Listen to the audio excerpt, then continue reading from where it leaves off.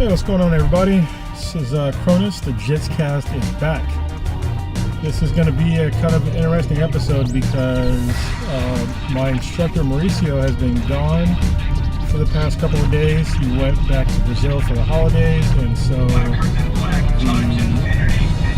the higher belts have been doing the classes. And for the first time, well, not the first time, but this is the first time I've been doing a class that I've taught some classes that I've actually been prepared to teach, and I put some thought into it, and it's been pretty interesting. And I want to give my thoughts on teaching jiu-jitsu and how I like to teach my classes, because it's a little bit different.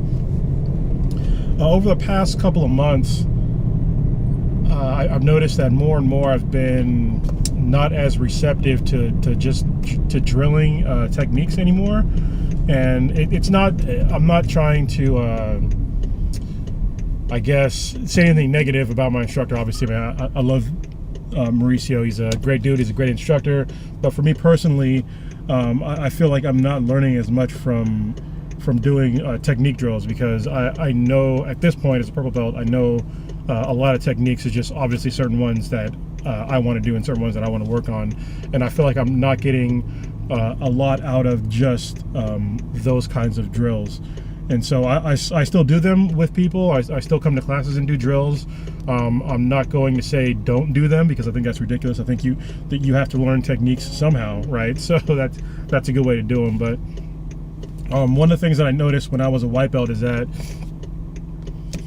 when I first started doing jiu-jitsu, I learned some techniques, and I first started with like the Americana and a couple other moves. And when you're doing those types of drills, learning techniques, you're doing it on a willing opponent in the beginning, right? And so what happens is, you start learning these techniques and you learn how to do them on a willing opponent, and then you start rolling. And then when you start rolling, you notice that it's quite different when you're rolling with somebody, because obviously they don't want you to do them on them, and so that presents you with some problems. Because it's not happening the way you thought it was going to happen, and you kind of get lost. And then I started noticing there were some white belts that I would talk to, and even some other, non-white belts that would not have plans from certain positions, or some white belts that are, a little bit more advanced, or people that I would think are more advanced. They wouldn't know what to do from certain positions, and they wouldn't do certain techniques at all, and there's certain positions that they would favor over others. And I wanted to kind of figure out a way how to reduce the amount of time of them being new to jiu-jitsu and learning techniques and learning how to roll, and kind of like blending that together on how to kind of speed up the kind of I'm lost sort of area where pretty much everybody in jiu-jitsu gets there, like where you start doing jiu-jitsu and you get kind of lost on like all the techniques and all the new positions, and you don't really know what to do when you start rolling, or you get to position and you don't know what to do from that position. And so as I was thinking about it, I started thinking about, well, let's try to do some more positional drilling. That way people can get to these certain positions, and we would start there, and then I would give them some ideas on what I would do in these positions. I'd say, I'll give you an example. So when we started doing, when I taught a couple of classes, I started 4 positions. So what we would do is we would do full guard, side control, full mount, and then back mount. And so from those 4 positions, I would first give them an example on how to submit from those positions. And then if you're on, the bottom or whatever, or obviously not from guard, but if you're on like the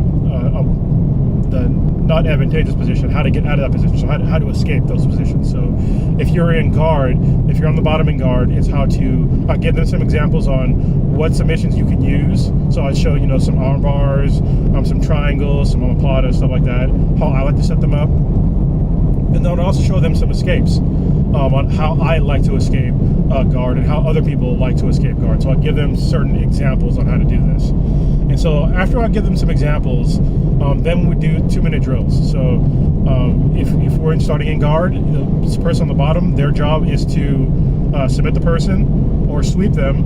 And if the person is in the guard, then their whole thing is to try to escape, because obviously you're not going to you're probably not going to submit somebody from the guard. It's highly unlikely. You can do it, but it's not likely. So, and then from there, I would watch everybody. I tell them, as soon as you submit somebody or escape the position, you're going to reset immediately. And so after you reset, just start back to where you were, back in full guard. And then I would watch everybody as they were, going through their things. I would especially keep an eye out on the people that previously kind of not really complained, but had concerns about them not knowing what to do in certain positions. So I would watch them and see what they were doing and see what mistakes they were making while they were in whatever position. And then after 2 minutes were up, they would switch positions. So the person that was in guard would go on their back, and they would put the other person in their guard, and they would do the same thing. And I would watch, and I would see exactly what they were doing, what mistakes they were making, what they were doing right and what they were doing wrong. And then after that time was up, we would have a small discussion. Now, the first time I did the class, I didn't do the discussion right afterwards. I would do the discussion at the very end. So one of the adjustments that I made is doing the discussion right after we did that positional drill. And so, as an example, like when we're doing back mount, I noticed that 2 people were doing the same mistake when they were trying to do the rear naked choke.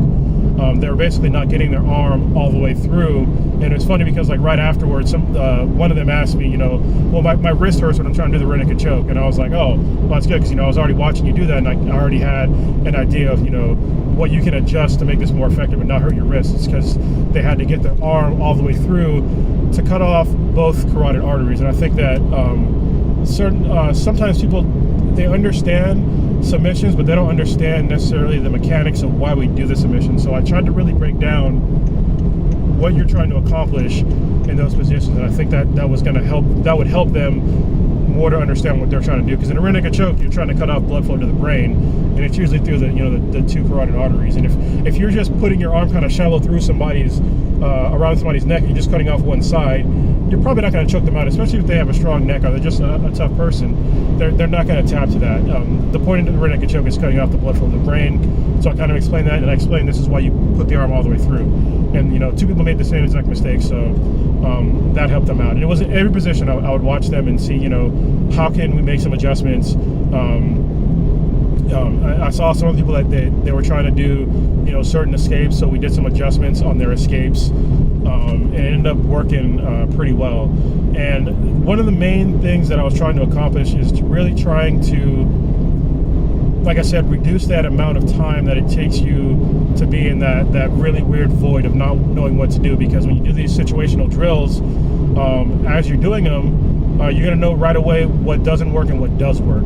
And I think that's really helpful, because what happens with a lot of new guys is you start and you get to position and you get reversed, or you get swept, and then you're getting fucked up for the next 30, 40 seconds, a minute, or however long until you get submitted. And it's kind of hard to really learn from your mistakes at that point, because you're going to start freaking out, being like, oh, I just got swept, or oh no, I'm getting submitted. So you're not learning necessarily from those mistakes, because it's not in your mind. You're just worried about something else. So in this way, right away you would know, like, this didn't work, and you get to reset, so you get to try something new. Even if you try the same thing again, you get to know that it still doesn't work, and afterwards, hopefully if I'm doing my job right, I can tell you the adjustments on what you were doing wrong, what you were deficient in, and how to fix it, or at least my opinion on how you can fix it. And I ended up getting some pretty positive feedback from this method, and I'm going to make some other adjustments on how I'm doing it, but people really seem to really appreciate it, and people had a lot of questions about stuff, which I didn't think about, because at the very end of everything, when we were done with all the positional drills, all the 4 positions that I was talking about, I just opened the floor up and just asked them, hey, is there anything that you want to know from me, anything that I do that you guys like, or any other questions in general about jiu-jitsu that you guys want to know about. And people had questions, so I was really kind of surprised that people had questions on stuff, particularly people were asking me how I did my flying Kimura. Somebody was asking me, what was another question somebody asked me?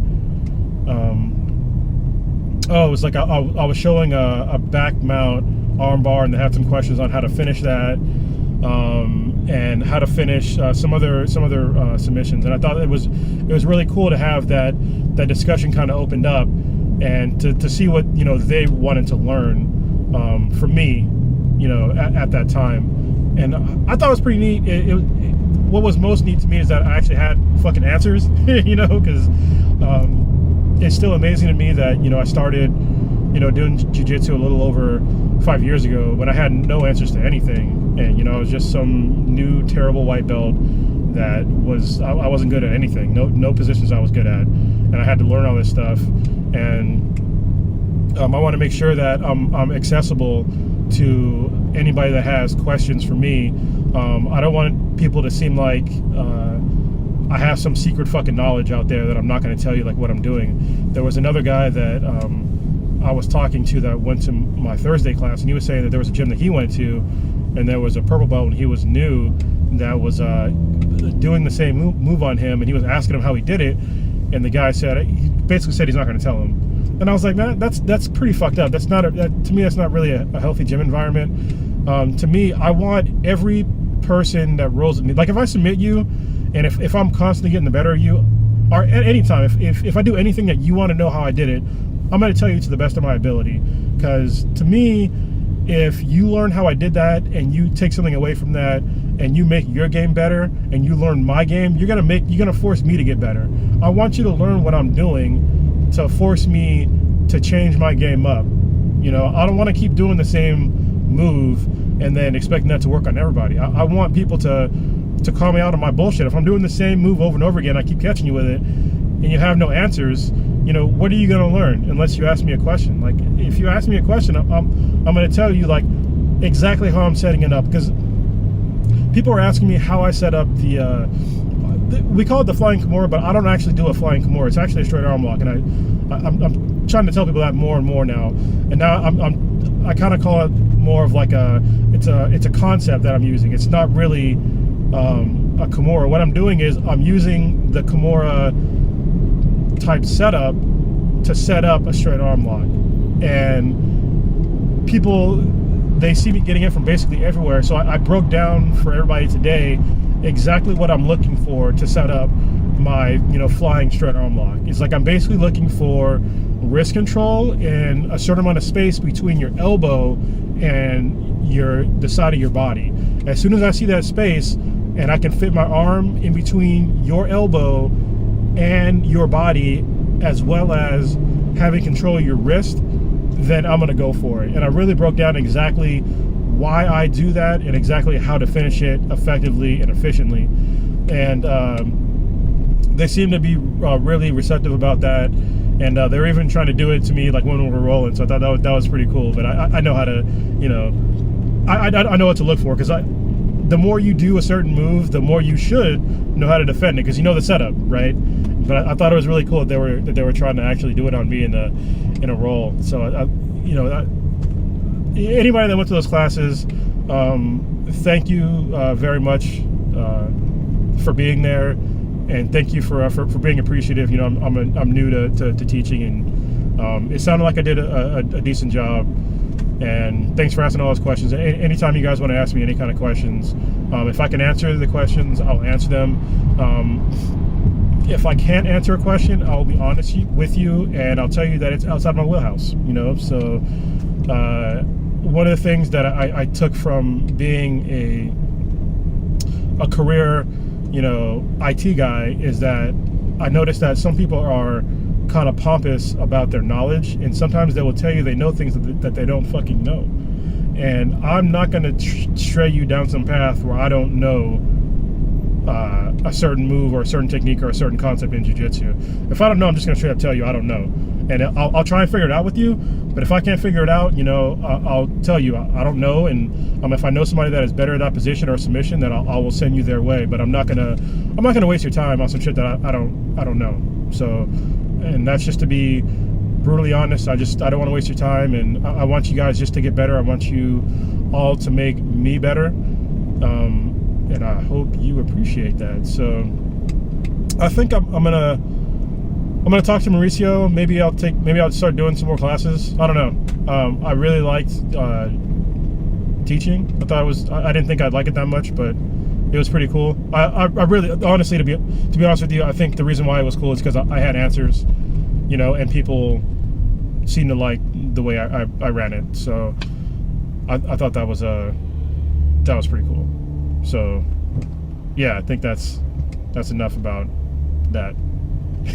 Oh, and I made some I did make some mistakes in teaching the positional drilling stuff. That went by pretty well, but when I tried to do like an actual submission drill of like kind of not free flowing, when I had like my mind to just do, you know, a certain submission, I'm known for having a pretty good straight ankle lock, and I did a class on Friday, but I made a couple of mistakes. First one was that the class on Friday was only an hour long, and so I could only have so much time to really teach that class. And looking back on it, I could have done a much better job on explaining exactly why I do certain things when I'm doing a straight ankle lock. I don't think that I explained well enough why people seem to, they liked what I was teaching, but I'm just being critical of myself. Is I don't think that I showed them exactly why I did things a certain way enough.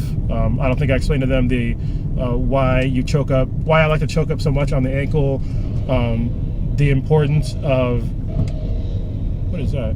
That's a really weird sounding car. Anyway, the reason why I kick away with my foot, I think I need to kind of go back to the drawing board and write down exactly all the little fine details of the straight ankle lock, so I can explain it better. Because I know for me, I like to be detail orientated, and I like to understand exactly why I'm doing certain things. In all things, in jiu-jitsu, it's even more important. It's really understanding the points of leverage. And I actually took, you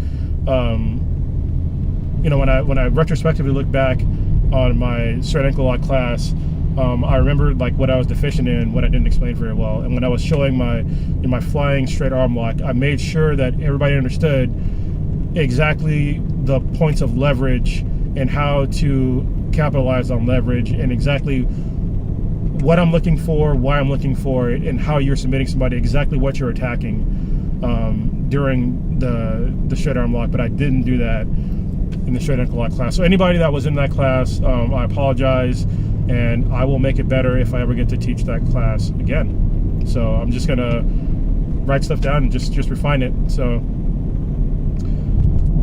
yeah, it's been an interesting jiu-jitsu couple of months for me. Really breaking stuff down. I got to roll with Mauricio a few times recently, and that's been a lot of fun. I'm faring far better against, you know, other opponents. I'm learning a lot more as well. I'm actually working on my triangles. I am not a triangle guy, but I watched some videos on YouTube, but not very many. Somebody actually, they thought that I watched like a lot of YouTube videos. Mr. Matt, actually, he was asking me, he thought that I watched a lot of YouTube videos for jiu-jitsu, and I really don't. I watch some, but it's only stuff that I think that I'm deficient in, that I really want to learn. Like, I'm not a technique collector per se. Like, there's things that I know that I want to get better at, and so I'll watch a video on that. And John Donaher had a video on how to do a better triangle if you have shorter legs, or like, you know, or bigger legs, on how to really finish a triangle. And I watched that video, and I really, even though I knew that, you know, getting the right angle is the way to really finish the triangle. I mean, that's the way you can, the better way to set it up is get the angle first if you have legs like mine, because even though I've lost weight, my legs are still pretty big. And so once I started learning to get the right angle, that really helped me out. But he had some really good details on how to like get an extreme angle on the triangle. And his whole thing was, when you get that extreme angle, is to make sure that shoulder is outside of your legs, and that's going to cinch down the triangle even tighter. And I've been really working on that the past couple of days.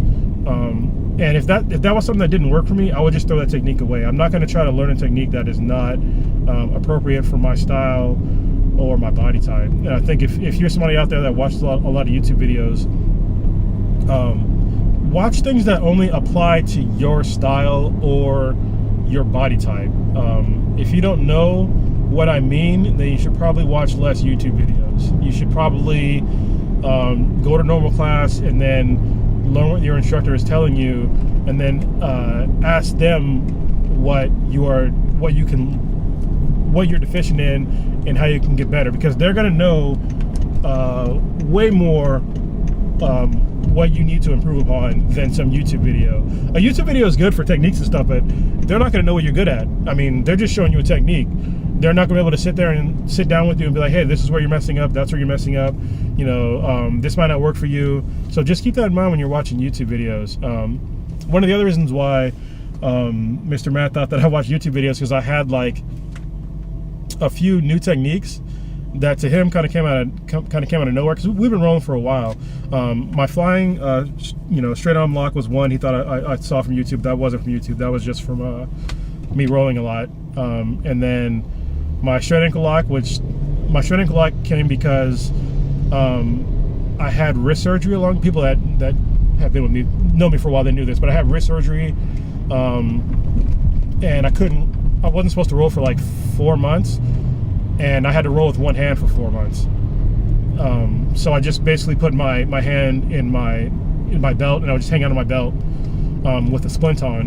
And I noticed that I can get a straight ankle lock still, and that's how I refined my straight ankle locks, basically because of an injury.